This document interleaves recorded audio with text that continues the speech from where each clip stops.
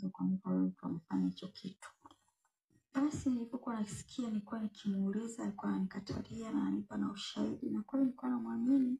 Na muda wote wa mahusiano yetu alikuwa anapenda sana niwe namposti nini. Na mimi nilikuwa nafanya hivyo kwa sababu nilikuwa naamini ni mtu wangu na tunapendana, na yeye pia alikuwa ananiposti hivyo. Baadaye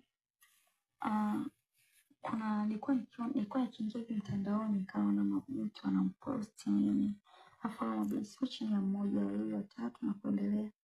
Nilikuwa nikimuuliza asema yasifanye yani.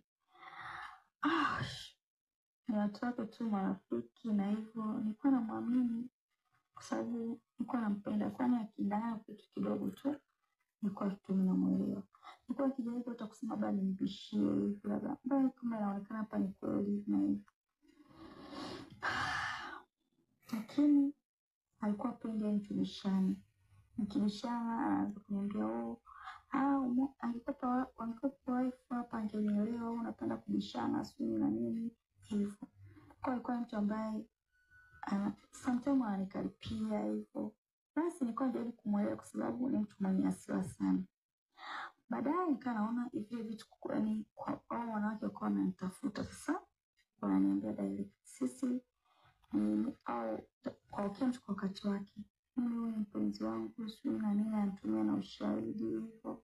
Nilikuwa nikimuuliza kijana anakasirika, muda mwingine ananitukana kwa sababu alikuwa ananiambia kwamba hao watu ni kwa nini nimewapa nafasi ya wao kuniambia. Kwani sikuwakatisha, ni kwa nini nawapa nafasi ya kuwasikiliza.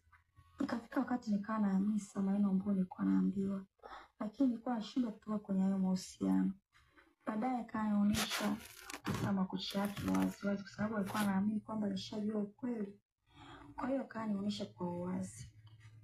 Nikajaribu kuongea naye kwamba bwana usinifanyie hivyo, unajua